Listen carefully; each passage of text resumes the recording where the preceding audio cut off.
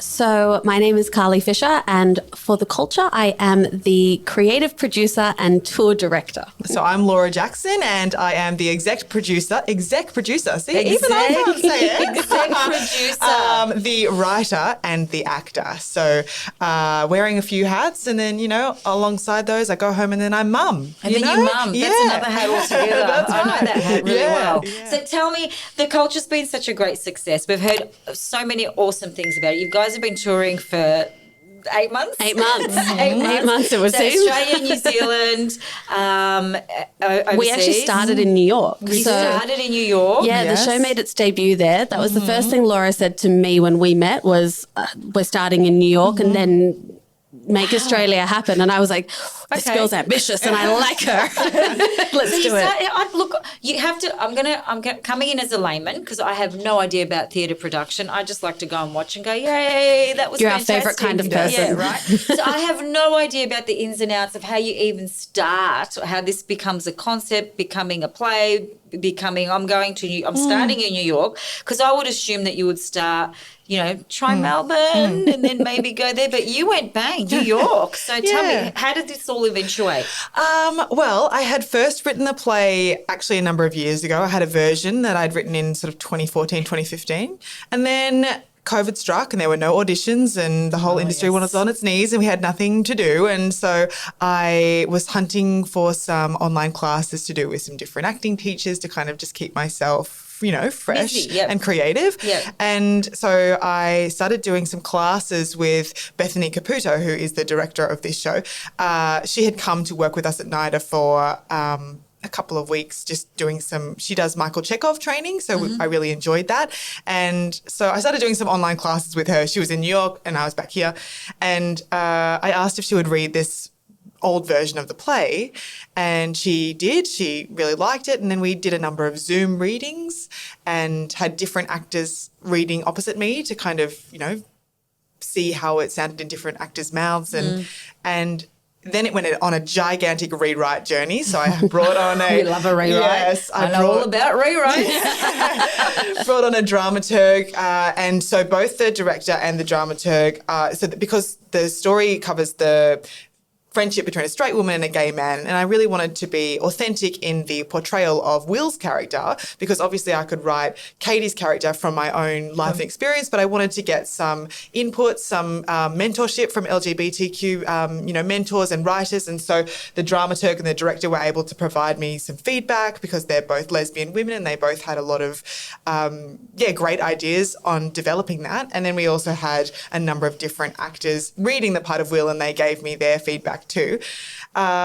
Yes, it was a big, long rewrite journey, and then we started rehearsing. First we cast. So, we brought Carly on, we brought on, different members of the team and started to build our team, and we cast our actor for New York, and I knew that it was going to go to New York because I was going to America for a wedding. And I said to this director, if I came, would you direct it? And she said yes. And so, yes. How fantastic. Then we had the job of hunting down a little tiny theatre, which was right in the heart of the theatre district. And, we got to sort of come out of our little 40-seater. And then on one side, there was Lion King and, all the big musicals were. Yeah, our closest neighbour was Phantom of the Opera, and we were like, Wow. the company you keep. Yes, that's right. That is fantastic. Yeah. Have you worked in New York before? Have you been done theatre in New York before? No, I haven't. No. So- What was that like? Like that first opening night? Like I would imagine, I'm not an actor, but I would imagine I'd be so nervous. Yeah, it was funny because when we walked outside of the theatre, you really felt like you were in New York. But inside the theatre, it just could have felt like another little indie theatre in Sydney or in Melbourne. It was a little theatre that was the perfect size for us. It was 40 seats and, a little stage. And so I wasn't particularly more nervous in New York than I have been in other places because it just was us doing the work in a little theatre. Yeah. Okay. I think also, and correct me if you disagree, but there's something, I think what you said before, it's not the most obvious choice to debut on the in the biggest city in the world, in the theatre capital. Yeah. From an Aussie's point of view. Yes. You know? Can I tell you, there's not one person that we have met that hasn't been like, so you started with New Yes. York? Are you crazy? The trajectory for creatives is usually to dream of that and to get to that stage. And so I think that, certainly for me in coming on board with this project, that was like, I mean, the opportunity was enormous because of that. That's the dream. And so that was right up the front. I was like, what is this amazing project I'm on? Wow. And I hadn't worked yet in New York prior to this, but I have been doing a lot with the industry over there, particularly I'm a reviewer as well. So in the media side of things, I go over annually to conferences and whatnot and have been for years. I've been training there and studying there in my capacity, not as an actor anymore. Yeah. And so I actually, and I told Laura this a bit more recently, the theatre that we had was exactly 6 blocks from the restaurant, 6 years and 6 blocks almost to the date that I decided to pick up my normal degree and my normal profession and say, no, this is all I've ever wanted and I need to put that faith in myself and try. And so, I was like, I'll make this my goal. I'll go home. I'll try and work in the theatre and let's hope in the next 10, 20 years, who knows, I can come back here and I'll make it happen here for myself. And then 6 years and 6 blocks in a few days. And I got to, it was an off-Broadway debut. And certainly we all have, grand aspirations of going back and making it bigger and bigger there. But it was an amazing opportunity to give this a try. And I think that, to the question, were you more or less nervous? I think there's something really rewarding about challenging yourself to start something off with no one that you know. And so, true. It's so true. There are a lot of pressures that we often put on ourselves because we know the industry here. We're Sydney based, so I'll say we particularly know it in Sydney. We know the audience coming. Most of them raised us. They're our friends, they're our family. Then we know the media. We know exactly what we can expect from each reviewer because we've read their reviews. We've had them come to our shows. We know what we're expecting. So the challenge is enormous of putting yourself completely in the unknown. But the reward of that is amazing as well because you don't have the safety net. You have to be great. You have to push yourself as a creative in ways you've never done it before because you get one shot. These are brand new people and they don't owe you anything. They don't have to come. They don't have to say it's good. They don't have to tell anyone about it. Our job is to make them want to walk out the door and go and tell everyone they know. That's literally vital to our business. Yeah. Do you know what? That's actually a really great way of doing it. I never thought about it like that, but you're right. Going to a completely different surroundings, a different town, country in your case, and putting something out there with really zero expectations, it's either going to work or it's not. Kind of takes some of that pressure off, but at the same time, you can't help but give it your best. Because you're going to give it everything that you've got, There are no expectations, but there's so much to gain if you get it right. So you put the pressure on yourself to be the best artist you can be.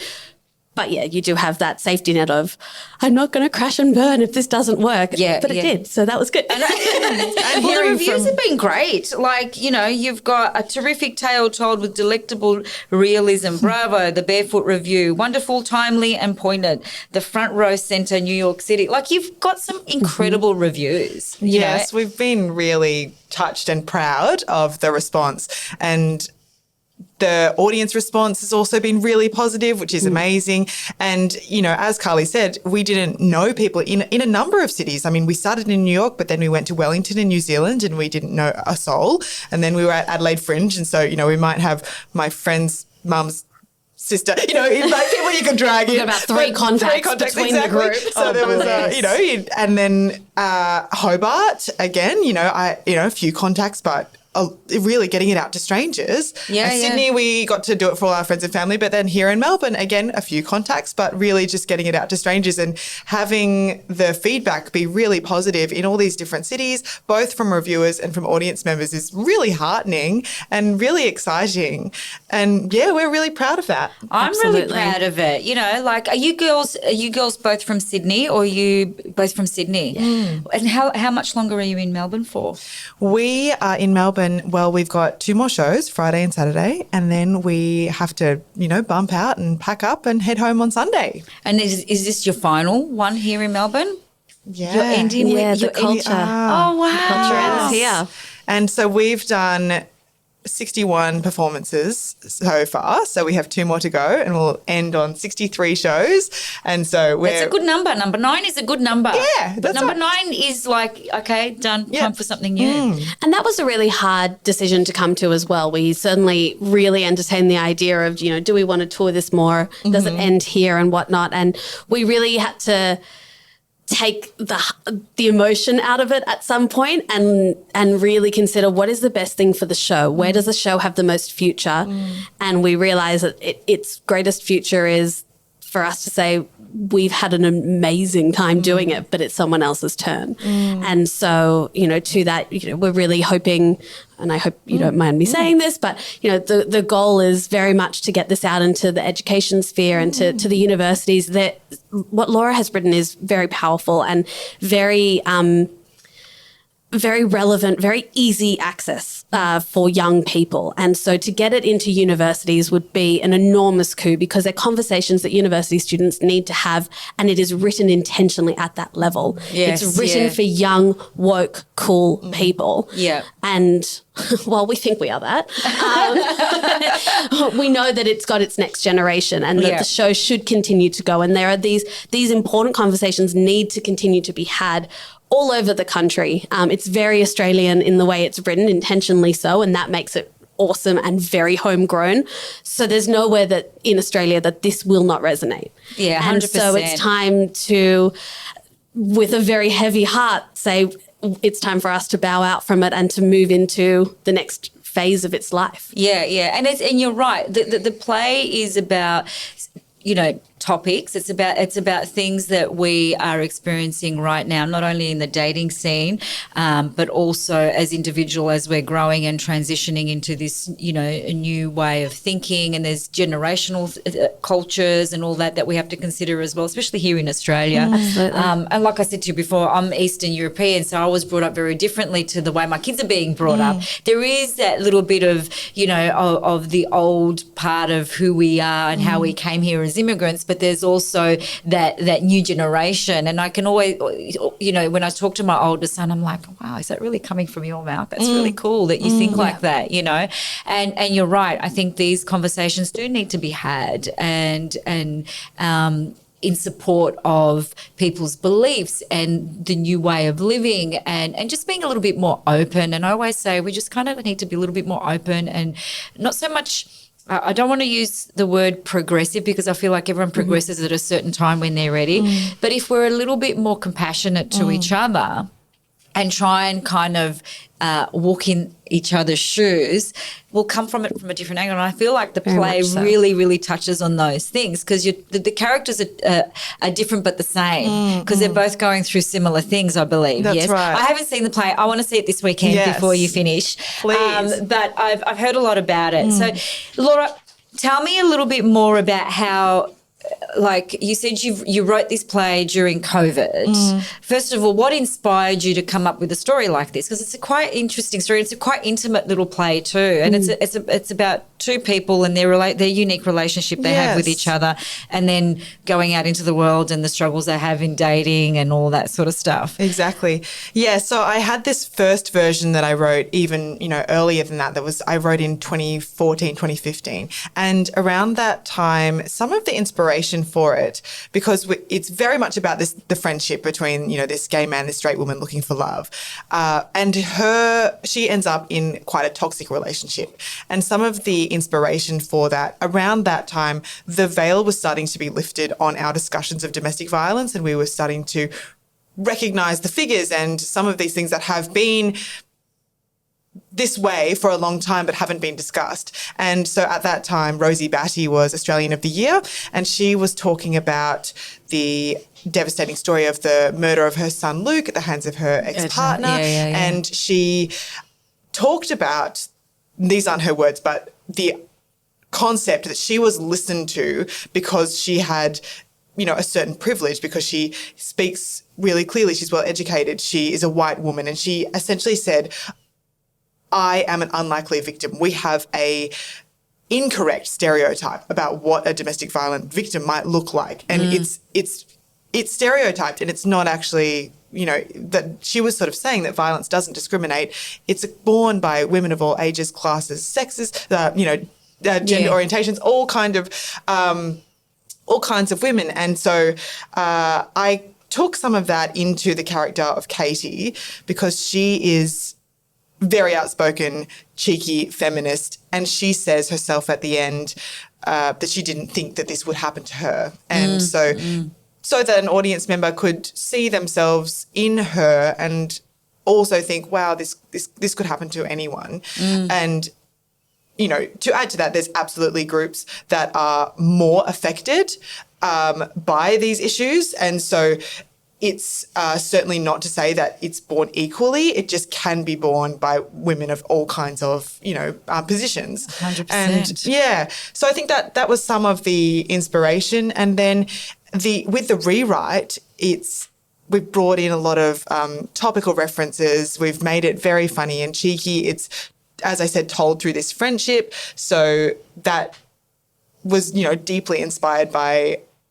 those sorts of interactions that I've had with friends and that really close codependent relationship that you sometimes see with housemates who don't want to, they're really safe in their little world and they don't want to put themselves out there, but they have this yearning for love that is more than they have with their friend. And so these two characters have a really almost sibling relationship. They can say anything to each other. They can be brutally honest, but they don't have very good tools for conflict. They kind of, when they end up in these situations where they can't quite handle the difficulties, they lash out. They're really sort of, they can be petty and so. Sounds like me. Yeah.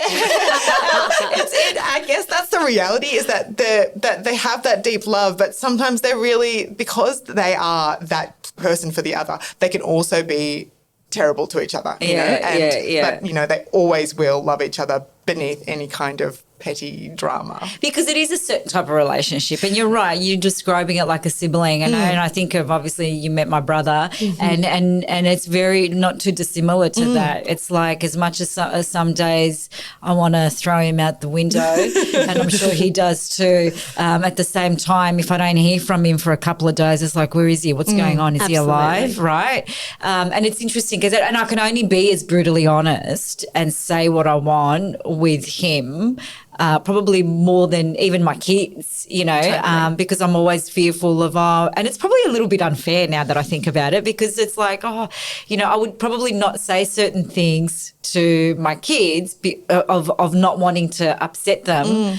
But I can come in here and I can call my brother the C word and go. I think it's also the benefit of a long relationship. And that is the case certainly for the characters as well. But I think, it's best described as a sibling because it is that very long-term. You're right. In an equal relationship, you and your brother have a more equal footing, whereas you and your children, you have to be their role model, so you can kind of, when pressure, you're on man. We're going to teach them right. That hat we were talking about. It's like, it's like, that's a lot of pressure. Like, you wait, yours is little. How old's your little girl? He's little boy. Yeah, he's 17 months. Oh, bless. So, that's a good age. Yeah. Can I tell you, it's a good age. It's when the months turn to years that it becomes like the Exorcist age. Yeah. I'm not going to scare you. No, I'm ready. No. He's just started walking. He's been a little bit of a slow walker, and now he's just getting the hang of it, and he's obsessed with saying car and tree. Oh, that's so good. Slow walking is good, apparently. Yeah. Slow walking. My oldest started walking really quickly, and then my youngest took forever. And because I was used to my oldest kind of started walking by the time he was 1, he was walking, whereas the little one was like 17, 18 months, and he's crawling. I'm like, is this kid going to walk? So I took him to the doctor, as you do. Okay, because I am, like, again, I'm going to refer to myself. I don't want, as an Eastern European panic merchant. I'm of Hungarian descent. So I understand it completely. You feel me? It sounds normal to me. The kid's not talking. Take him to the doctor. Quick, there's something wrong with him. Yeah, exactly. So I took him to the doctor. He's not walking. He's like, it's okay. He will. Is he crawling? I'm like, but what? He goes, and the doctor actually said to me, it's actually really good because he's really learning his motor skills really, really well. Make him really, really smart. And have you tried crawling recently? It's really hard. It is really and hard. You need really good core strength. So I feel like lots of crawling is actually probably really good for them. It is. But going back to the play, so you came up with these two beautiful characters that have this great loving relationship. You use the word codependent because they are a little bit codependent. So what are the things that they're facing that resonates with obviously you and me and everyone? Because I've been married for way too long, and so I wouldn't even know what it's like to be single or to go on the date. I would probably be in a bubble. Probably till I die, because it'd be just all too hard. I wouldn't even know what to do, honestly. Like the last time I went on a date was back in the 90s. No mobiles. It was like, you're hot, can I have your number? Yeah. That was it. Yeah. That sounds so much easier than what we are Yes. going through now. I Yeah, just yeah. feel like let's get back to those days. Yeah, let's get back to those days. Yeah, I where you often met people wonder- in a bar rather than on an app. That sounds great. Well, that's how I met my husband. Yeah. I literally met my husband in a bar, and he happened to walk past me, and I didn't want to be there. I wanted to go home. I had to get up early the next day to go to work. I'm like, okay, I had a friend with me, and we were like, okay, 12 o'clock, we're out of here. These guys can find their own way home. And then my husband walked in wearing a suit, and it was like a bar, and I'm like, wow, this guy's really overdressed, but he looks hot. So I put my head And out. nowadays you wouldn't notice because you'd be too busy looking down at your phone and the app, and you would never see the suit. You would never see the suit. Totally. So I think the 90s were so superior. They must be. Yeah, thank you, Christopher Cronus. That was the suit he was wearing back in the There we 90s. go. If you listen Shout out to the this- designer. Shout out to the designer. This Yeah. doesn't exist anymore, Bringing but it was people really together. cool. Yeah. But yeah, so now I often think like, what is it like, and what are those interactions like? Like, I mean, as a girl, as a single girl, you'd go home to your bestie and go, oh my God, it was another failure, or they didn't turn up, or I've been catfished. Like, I hear all these stories. I'm like, oh, that sounds really, really, really hard. Yeah, absolutely. They have lots of those experiences that you've just outlined, and they have a podcast where they talk about, their podcast is called Don't Even Get Me Started, and they talk about the things Don't Even Get Me Started on what happened, And so, yeah, Will does talk about an experience of being catfished, and they talk about dating apps, and, they're just kind of Katie gets, smacked on the bum by a guy when she's out and about, all that sort of stuff. But all these microaggressions that you have to kind of navigate when you're trying to put yourself out there. And they don't have those problems when they're at home just with each other. But they've got to put themselves out there to find love. And so, yeah, that's, some of those bits and pieces that, aren't so fun. And in the end are difficult for them to navigate, but they've got each other to get through it. Yeah. They can lean on each other for that. So what are some of the, in terms of the reviews that you've received, and obviously it does hit home for a lot of, and you said earlier that it's targeted towards the uni students and the kind of younger demographic, but I know lots of women my age that it'll probably Absolutely. resonate I with. think that, like, as far as who the show suits for an audience, it's a really wide group. But we do think that, we've certainly noticed we've had a lot of people sort of 20s to 60s, and it's a really wide audience demo, which is fantastic. Yeah. 100%. What we want. I mean, the whole point is to instigate conversation, and so it's great to have people multi-generational as well in that conversation. But I think that, the next stage is trying to get the uni students to have that age group, to have these conversations and to recognize these microaggressions early, and to recognize one of the parts of the play that I found most striking, I suppose, the first few times I saw it, it was 8 months ago now, was that Laura very cleverly, at the end, after her, I'm trying not to give anything away. I know, please don't, because I'm busting to see it now. 2 more shows and then I could just speak freely. Yeah. But her character does go through a very negative relationship, and it doesn't end well.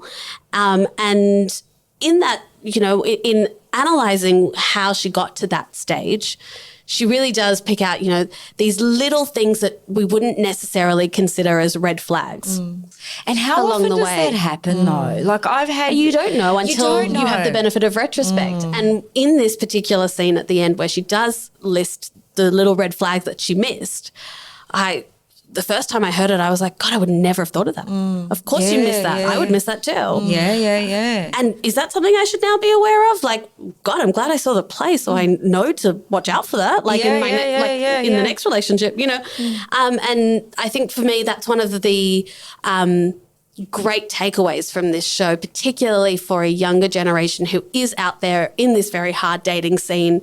And that's not to say, I mean, there are people of all generations out there on this very hard dating scene. 100%. I'm in it. But, you know, certainly for younger people who are finding their feet and finding, you know, when you're in your early 20s, you're really finding who you are. So it's so hard to be trying to find who your person is at the same time. It's so hard. And it is really hard because you don't know who you are. And you don't know what you like. I always say you know what you want in a person, but you actually don't know what you don't want in a person because we all want you don't know what nice, you like yet. You know, exactly. Yeah. And you're right. Those little red flags. Those little red flags you would so easily miss. And I hope that if uni students and other educational institutions, I hope that, you know, when this starts to be a script that you can put on yourself, you can, you know, instead of this one production company being the sole performers of this piece, I hope that that's something that really, that conversation continues to get further and further out there because people of all genders, of all ages, across this country, we need to know these things. These are important things. Like you said, it doesn't discriminate. Violence domestic violence or toxic relationships, it doesn't discriminate. No, doesn't not matter at all. Doesn't matter what gender you identify as, how old you are, what cultural background you come from. It happens across everyone, everywhere. Absolutely. And it happens to such a prolific amount. I mean, the play talks about 1 in 3 women experience domestic violence. I mean, that's one of the 3 of us. That's staggering when you think about it.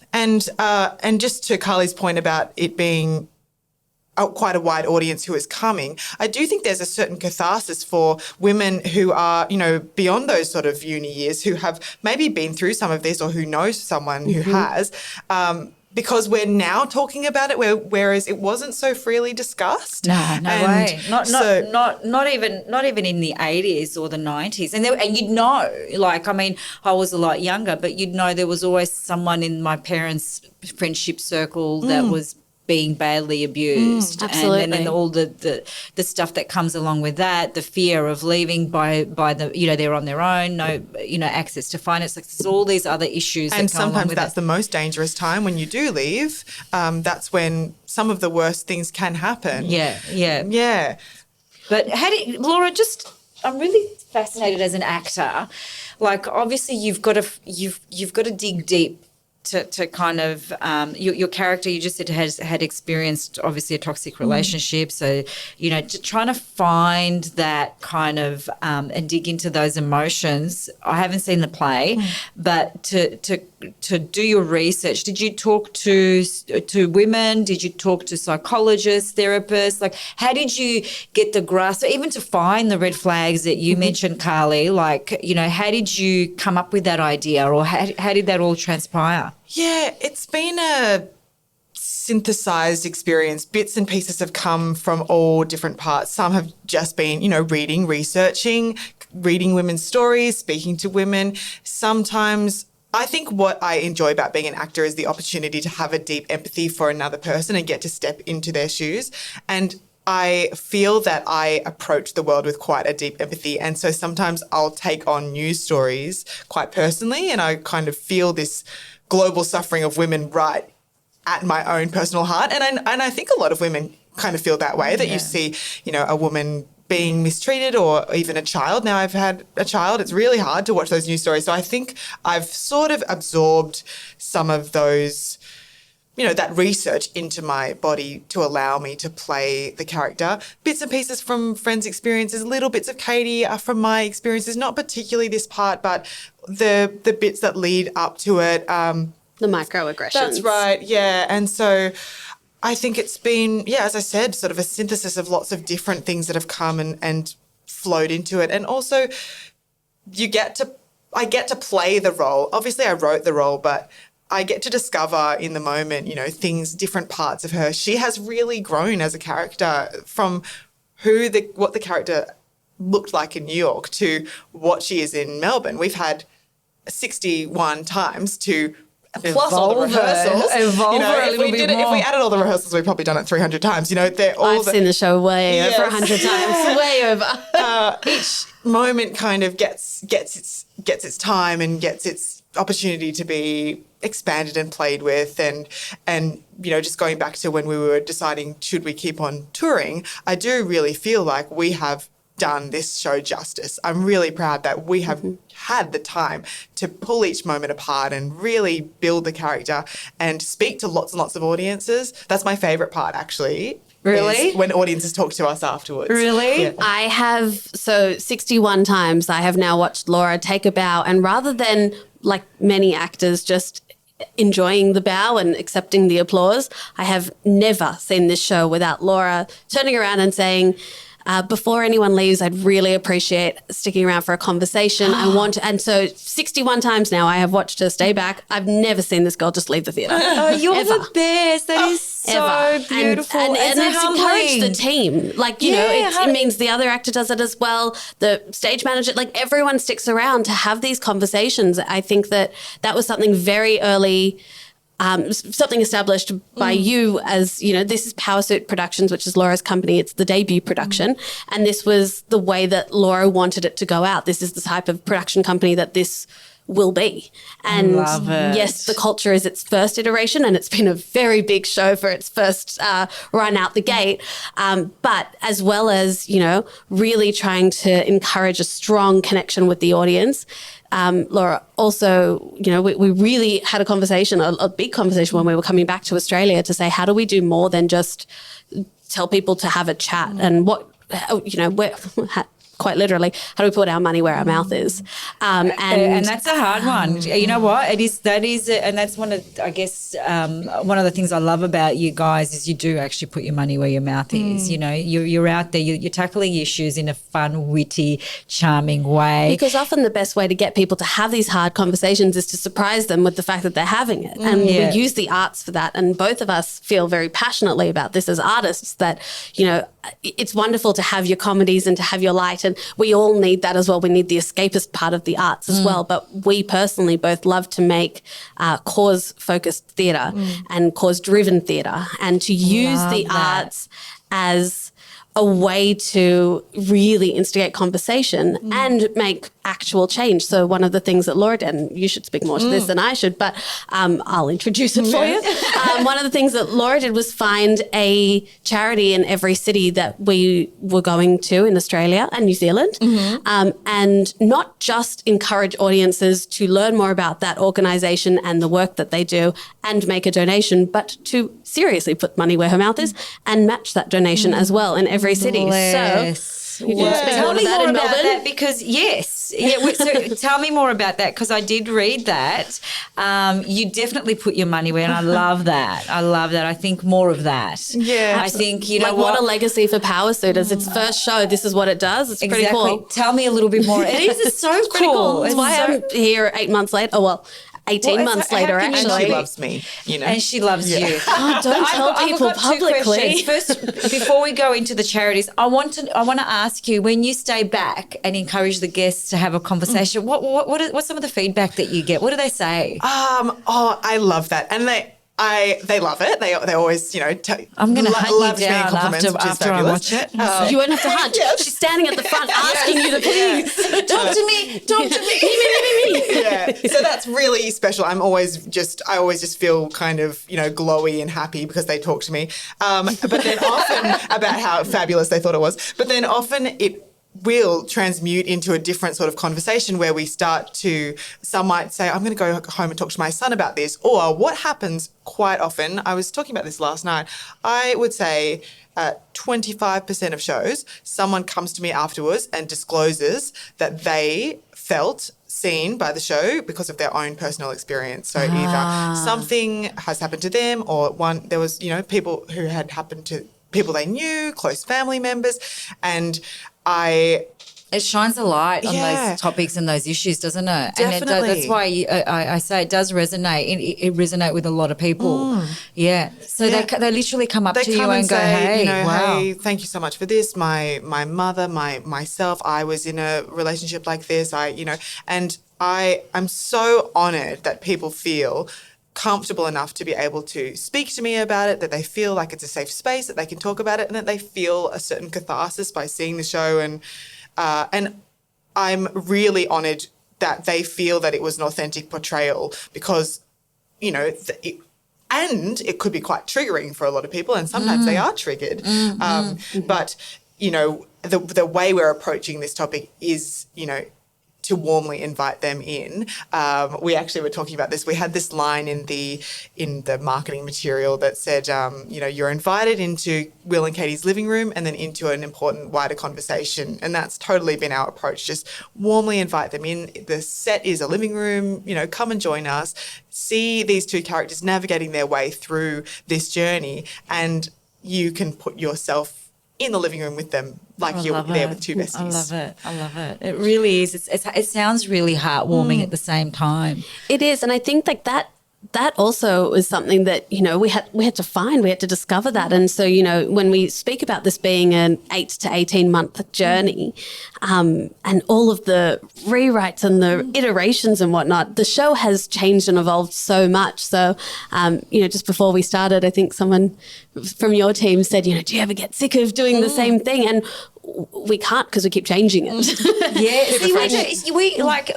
The rest of us that are not in theatre at any capacity, you don't know. You know, it's like what, you know, when you see a movie or the production that goes in a movie. Like, we just turn up to the movies and watch the movie and go, wow, that was a great movie. Well, I'm not going to see that again, right? Yeah. But all the intricacies that go on in the background and all the takes and all the edits and all the rest of it, we do it on a micro level here with the studio, but nowhere near as well. And we don't have the benefit of any of that doing live theatre. If a night is just bad, it's just bad. Yes. If the audience is quiet and there's nothing for the two actors to work off, and because that's the other, you're relying on their feedback too. It's a two-way relationship. Or a laugh.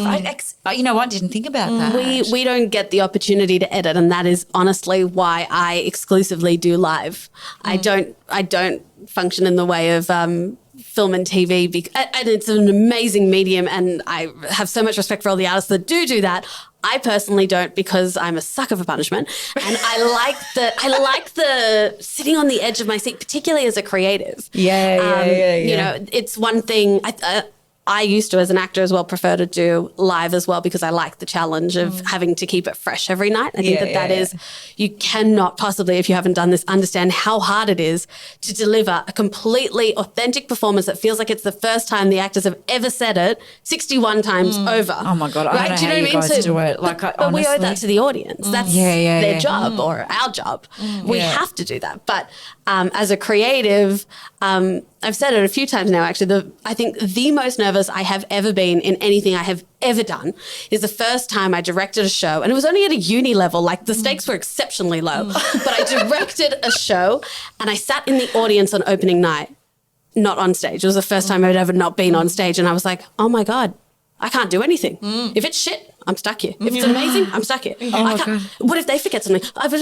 And you go in like a mother kind of figure. You feel so protective of it, but you can't do anything. And I was like pale, colour of your paper pale, sitting there for the first time watching this thing that I directed going, I've never done this before. What if I failed it? Like, what, you know, I've never been so nervous before that. Since that, I hope I never be that nervous again in my life. Wow. It is that crazy feeling of letting go.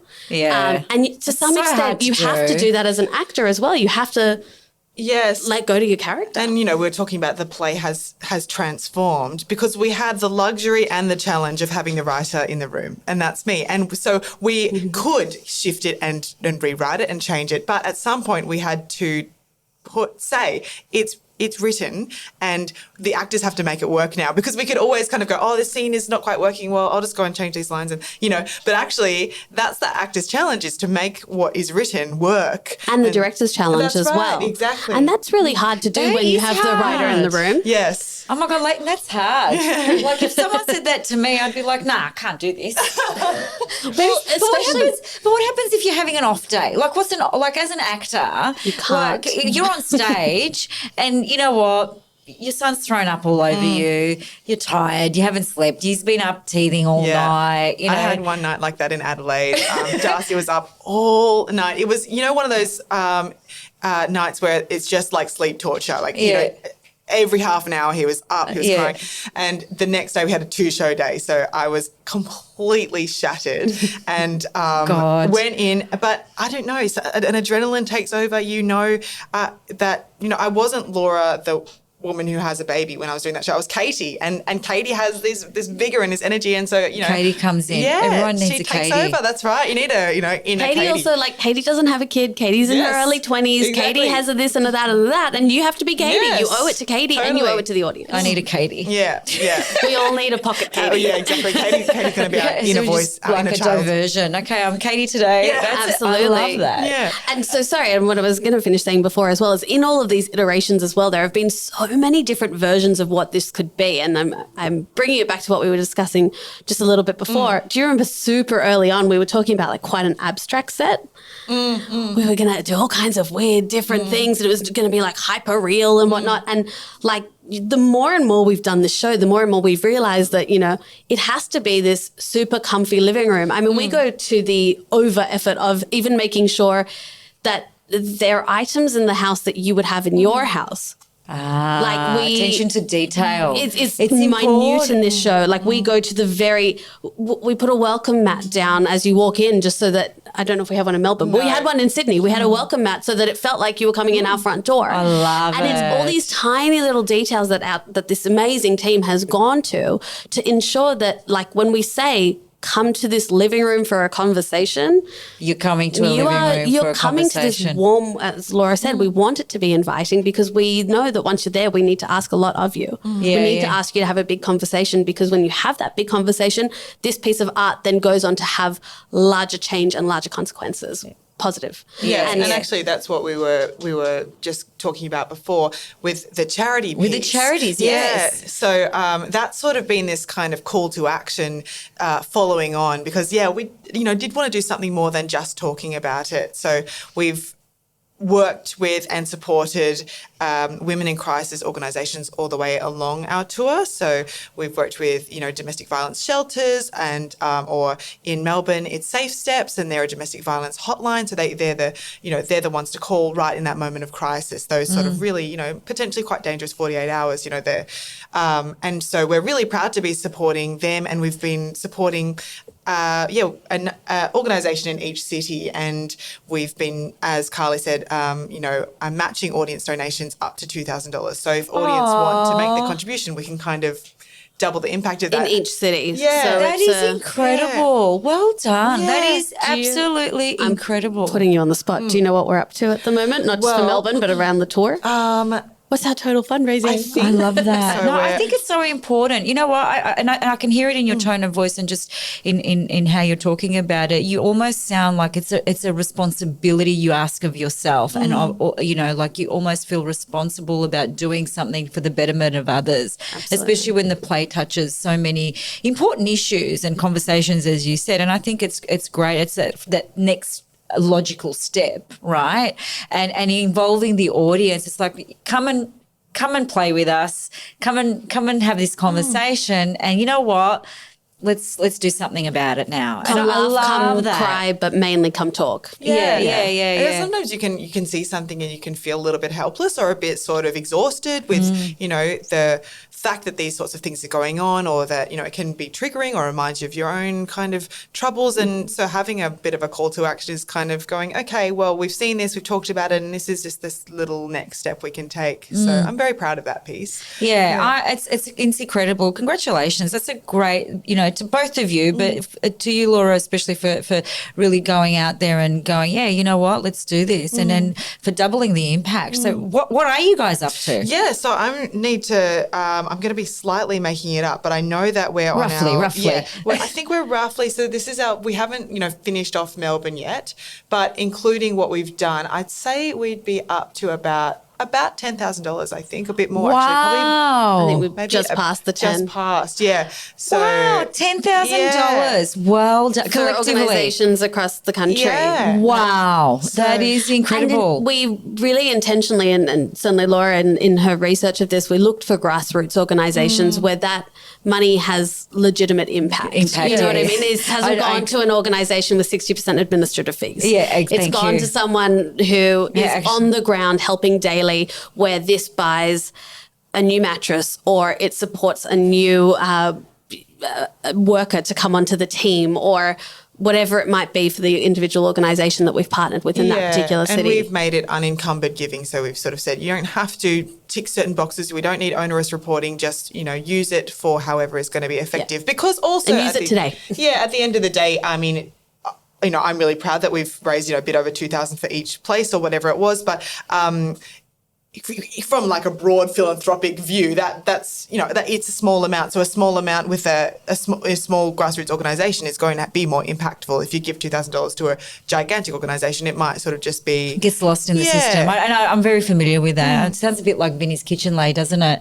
Yeah, we do something very similar for a small organisation out in Mornington, and for exactly that reason. They're tiny and their work's incredible, and I love it because it is tiny and they do reach. And I worked through there during COVID, and I've seen the impact it has. And I've actually met a lot of the people that use their services, and you know what? And they're great. They're really, really, really great. So and when I'm not doing theatre, I've worked in the not-for-profit sector for 12 years for 8 different organisations now, and so I'm in exactly the same boat. And so when Laura presented this script to me and she said, are you in?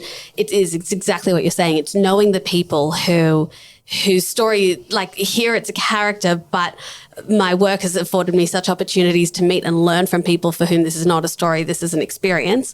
And to bring the responsibility of sharing what I know from the other side of my life and my other work to the stage, and to say, please have this conversation. You have no idea how important it is right now, has been an immense gift of joining this team. That's fantastic. And we had a really special and unique experience in Sydney. So in Sydney, we were supporting Guthrie House, and they're a women in crisis organisation who support women coming out of incarceration. And, I was talking to the contact there about, were they the appropriate charity for us to support, and she was talking about the really immense crossover between domestic violence and women who end up in incarceration.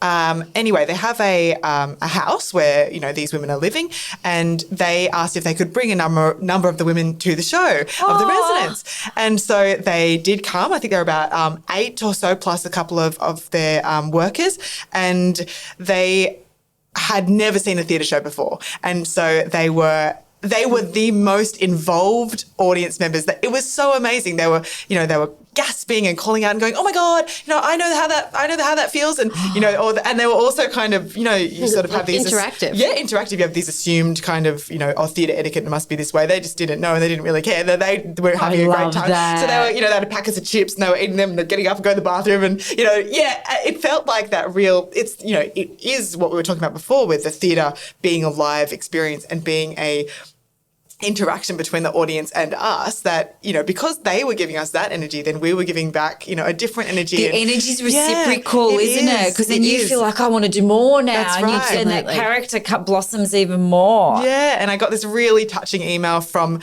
the organisation saying how much it had meant to those women to get to come, and that they'd never got to see a theatre show before, and they really loved it, and they felt that they connect personally with it, and so that I was so thrilled, because it was an interesting night. It was a really interesting dynamic audience, and afterwards we Mina and I sort of looked at each other and we thought, whoa, that was a different show. And then to receive the email that it really meant something deeply to them, it was really awesome. I love that. We'd take an interactive, passionate, involved audience any day over a quiet one. Yeah. Really? Oh really? my gosh. I could imagine. Especially for a show like this, it's all about human interactivity. It's about life. And if you're playing to nothing. Yeah, I think sometimes that people would be think, hard too. People think because it is exploring some heavy themes, I think people come in thinking, it's going to be this really heavy show. But the first half of the show is Look, it's absolutely hilarious, and it was written incredibly well by this amazing writer. No, the first half of the show is funny, and so we want people to feel like they can laugh, but then sometimes the quiet audiences are just processing it all, taking it in. They're not necessarily not interested and not involved. They're just kind of considering. There's different, and also which is also great, and we want that as well. Sometimes you need one raucous person to kind of get everyone going. That's going to be your job, all right? That's going to be my job. Where's the most quietest? Like, what town have you experienced? Like, I don't think that, and you can speak far more to this being on stage from being in the audience. It's not that any one city has been quieter. It's just a particular night. It's a night. And sometimes it might be as simple as it's raining outside, so people like trudged here and now they're thinking and they're sitting, but it might just be that, or it might be, as Laura said, that, this is a particularly thoughtful audience as opposed to an impulsive, reactive audience. Yeah. So there's no it hasn't been like why did Adelaide not make noise? It certainly wasn't that. It was just like, why did Wednesday night not make noise? Okay. That's right. I think is that fair? Sometimes you just need that one person to give everyone permission to start laughing. I think that's the thing. It's like I'm always the clapper. Yeah. And my love those kids people. hate it. No. And my husband is like, why are you clapping? I'm like, because we need to clap. That was a really beautiful speech. Yes. It's like, but And because we're in a live space and hopefully now next time you're clapping like crazy and they're questioning you, you'll think of this conversation and remember that 100%. if you're on stage or if you're a creative in the space watching it, you're like hoping for that. We love someone who's come in and had a little cheeky glass of wine on their way in. Yeah. That's our favourite kind of audience member. I think it's fun. But tell me a little bit about Safe Steps and how people can help them. Yeah, so as I said it seems like there's a slightly different system in Melbourne. It's not so much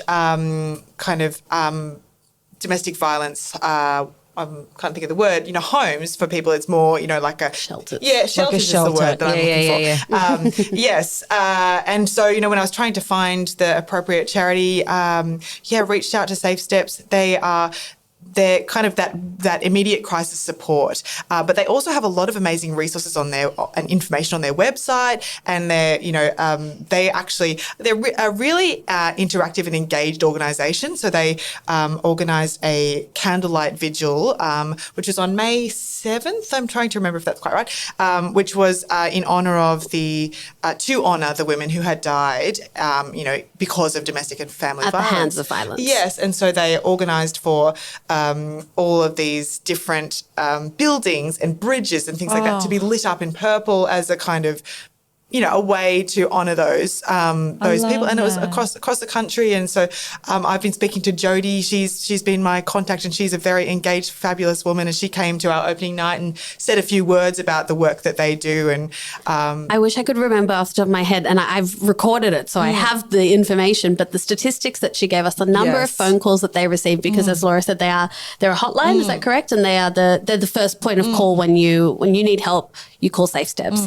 And the numbers that she gave us were staggering. Really? And just like I had goosebumps straight away going like it's empowering when you see a work like this and you know that people are trying to make change and discuss and destigmatize and whatnot. And then it's equally disheartening when you hear that those numbers are still so staggeringly high. And of course, you can't help but be encouraged by the enormous reduction in those rates. Like, thank gosh, over the last few years, there has been a change, particularly though the changes in the number of people reporting. And that number is increasing. That's how we check that that's a positive change. So more people are reporting domestic violence, and there's been a lot of heavy campaigning around that on TV. And look, obviously, like in a dream world, we'll get to the point where those numbers decrease as well, because all domestic violence numbers, or all violence in general, all kinds of violence numbers will eventually decrease. That's the goal. That's the hope. In the interim, what you hope for is to see a large increase in the number of reports. That's right. Because no one needs to suffer this in silence. And that's probably the biggest thing that both Safe Steps and the culture want to get out there, that if there is something, and now this podcast to any listeners as well. Yeah. Like this is nothing to go through alone. There is literally no need to go through alone. There are hundreds of thousands of people around this country who not just want to hear it, but they want to help. They need it, but they don't know where to go. And then, of course, with a lot of, I don't know that much about, I've read a little bit about it, but there's a lot of shame involved as well. Absolutely. You know, there's a lot and that's one of those things that just needs to completely be destigmatized. There is so nothing shameful about it. There's nothing shameful. It happens to everyone. Well, you were saying earlier, like I know a few people that I've met in the past that have been really strong-minded businesswomen that, you know, are very well educated and had a great upbringing, that were in very toxic relationships, and you would never have known until it went too far. It went too far, or they've left the relationship, and then it all comes out, and you kind of and it's like, why didn't you do anything? I was so ashamed. Yeah, I was so ashamed. I didn't want to worry my parents. I didn't worry my family, and I just thought that this was normal. I thought everyone's going through, and that's the other thing is when you're in that, it's and like you were saying in your play earlier, just to go back on what you were saying, those little red flags. You kind of just think, oh, well, maybe this is normal.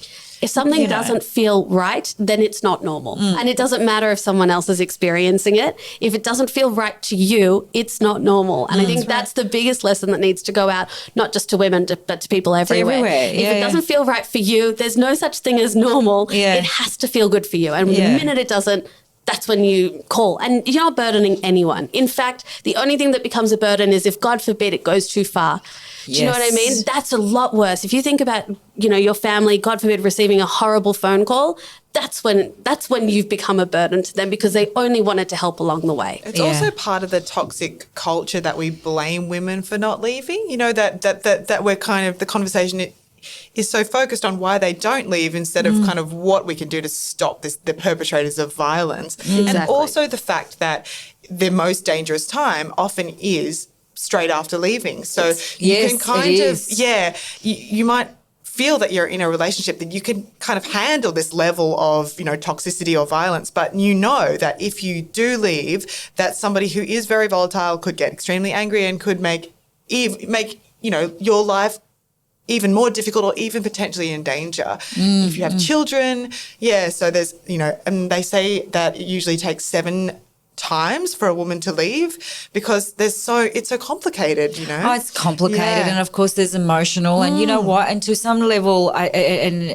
talking to a friend of mine that's a psychologist that's dealt with a lot of women in similar situations, and I remember she was saying, a lot of the times they actually are in love with that person that's inflicting that. You want to believe that this is just a bad moment, and they really do believe that they're going to change, or that he's the father of their children. Or he's the father of their children or the mother of their children. One it is both genders. where it's like two, no, and then they go.